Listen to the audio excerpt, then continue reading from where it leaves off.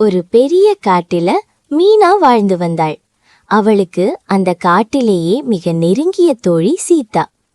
ஒரு நாள் மீனா தானியம் சேகரிக்க போயிட்டு திரும்பி வர வழியில ஒரு சின்ன குருவி மயங்கி கிடந்தத பார்த்தா. அக்கம் பக்கம் யாருமே உதவிக்கு இல்ல. உடனே அந்த குருவிய அவ வீட்டுக்கு கொண்டு வந்து பாதுகாப்பா பாத்துக்கிட்டா. நள்ளிரவில் கண் விழித்து பார்த்தப்ப மீனா அருகில் இருப்பதை பார்த்தவுடன் அந்த சின்ன குருவி நடந்த எல்லா நிகழ்வையும் புரிஞ்சுக்கிச்சு. கொஞ்ச நேரம் கழிச்சு மீனா சாப்பிட்ட கொஞ்சம் உணவை கொடுத்தா. பின்பு நீண்ட நேரமாக அவங்களோட குடும்ப கதையெல்லாம் பேசிக்கிட்டு அப்புறமா தூங்குனாங்க. காலையில அந்த குருவி, உதவுனதுக்கு ரொம்ப நன்றி. இந்த உதவிய நான் மறக்கவே மாட்டேன். இந்த வைர முட்டைய வச்சுக்கோ. இது உன்னோட கஷ்டத்தை எல்லாம் போக்கிடும். வேண்டான்னு சொல்லாத. இந்த தோழியோட அன்பு பரிசுன்னு முட்டைய கொடுத்துட்டு பறந்து போயிடுச்சு. அதிகாலையில மீனா தன் கூடு உள்ளே ஒளிரும் 3 வைர நிற முட்டைகளை கண்டாள். அப்போதான் மீனாக்கு புரிஞ்சது அவ உதவுனது மந்திர பறவைன்னு. அவ வைர முட்டைய பார்த்ததும் அதிசயத்து போனாள். இது சாதாரண முட்டைகள் அல்ல. இந்த வைர முட்டை என் வாழ்க்கையை மாற்ற போகும் என்று மனதில் நினைத்தாள். அந்த மகிழ்ச்சிய மனசுல வச்சுக்க முடியாம சீதா கிட்ட ஓடி சென்றா. சீதா, உனக்கு ஒரு ரகசியம் சொல்லணும். ஆனா நீ யாருக்கிட்டையும் சொல்லக்கூடாது. நீ என்னுடைய உயிர் தோழி மீனா. உன் ரகசியம் என்னோட மனசுல பூட்டு போட்டு வச்சுக்கிறேன் என்றாள். என் கூட வான்னு மீனா அவளை தன் கூட்டுக்கு அழைத்து சென்று வைர முட்டைகளை காட்டினாள். சீதாக்கு கண்களில் ஆச்சரியம் இருந்தது. ஆனால் அதோடு ஒரு சிறிய கவலையாவும் இருந்தது. எனக்கு கிடைச்சிருந்தா என்னோட கஷ்டம் எல்லாம் தீர்ந்திருக்கும்னு மனசுல நினைச்சா. இத மறைஞ்சு இருந்து பார்த்த சிச்சி காடு முழுசும் வைர முட்டைய பத்தி சொல்லிடுச்சு. சீதாக்கு சில நாட்களாக கடும் பிரச்சனைகள். அவள் குடும்பம் பசியால் தவித்தது. அம்மா, எனக்கு ரொம்ப பசிக்குது.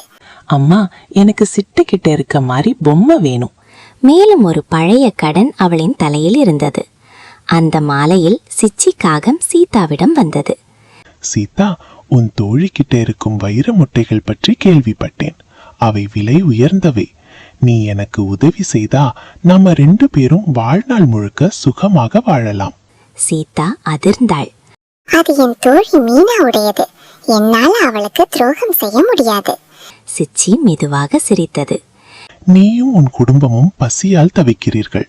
நட்பு உனக்கு உணவு தருமா, இல்ல உன்னோட கடனைத்தான் கட்டுமா? அந்த வார்த்தைகள் சீதாவின் மனதை கிழித்தது. இரவு முழுக்க அவள் தூங்கவில்லை. இறுதியில் அவள் தவறான முடிவெடுத்தாள்.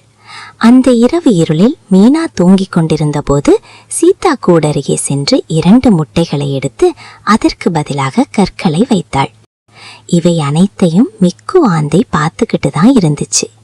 அடுத்த நாள் காலை, ஐயோ, இது என்ன என்று மீனா அதிர்ச்சி அடைந்தாள். அவள் உடனே சீதாவை அழைத்தாள். ஆனால் அவ வரல. மீனா உண்மையை அறிய ஆந்தை மிக்குவை அடைந்தாள். மிக்கு அமைதியாக அனைத்தையும் கவனித்து உண்மையை சொன்னது. மீனா, இது உன் தோழி சீதாவின் செயல். இனிமேல் யாரையும் நம்ப வேண்டாம். கவனமாக இருன்னு சொல்லிட்டு ஆந்தை போயிடுச்சு. மீனாவின் மனம் உடைந்தது. சோகமா அவள் கூட்டுக்கு சென்றாள். நான் அவளை என் நிழலாக நம்பினேன். இப்படி எனக்கு துரோகம் செஞ்சிட்டாளே. இதற்கிடையில் சிச்சி சீதாவிடமிருந்து முட்டைகளை எடுத்துக்கொண்டு ஓடிப்போனது. நீ எளிதில் ஏமாந்துட்டே சீதா என்று கிண்டல் செய்தது. சீதா தரையில் உட்கார்ந்து அழுதாள். நட்பையும் இழந்தேன், நம்பிக்கையையும் இழந்தேன். அடுத்த நாள் அவள் மீனாவிடம் சென்று விழுந்து மன்னிப்பு கேட்டாள். மீனா அமைதியாக, நான் உன்னை மன்னிக்கிறேன் சீதா. ஏன்னா தவறு மனிதனுக்கும் மிருகத்துக்கும் நடக்கலாம். ஆனால் உடைந்த நம்பிக்கை மீண்டும் பழைய மாதிரி ஆகாது. சீதா தலை குனிந்து நின்றாள். அன்று முதல் அவர்கள் ஒரே காட்டில் இருந்தாலும் அவர்களுக்கிடையில் ஒரு மெல்லிய தூரம் இருந்தது. பசி தற்காலிகம், பணம் தற்காலிகம். ஆனால் நம்பிக்கை உடைந்தால் அது வாழ்நாள் முழுக்க காயம். நட்பு என்பது தங்கத்தை விட மதிப்புமிக்கது. ஒரு தவறான முடிவு வாழ்நாள் முழுக்க மனவேதனையை தரலாம்.